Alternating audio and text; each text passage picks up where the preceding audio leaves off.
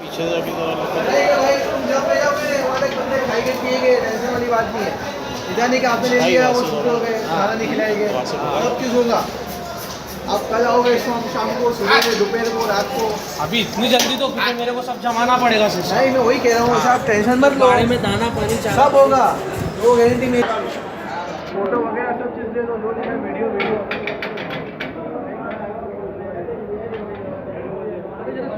बच्चे समझ में आना चाहिए ना रिजवान। स्कूल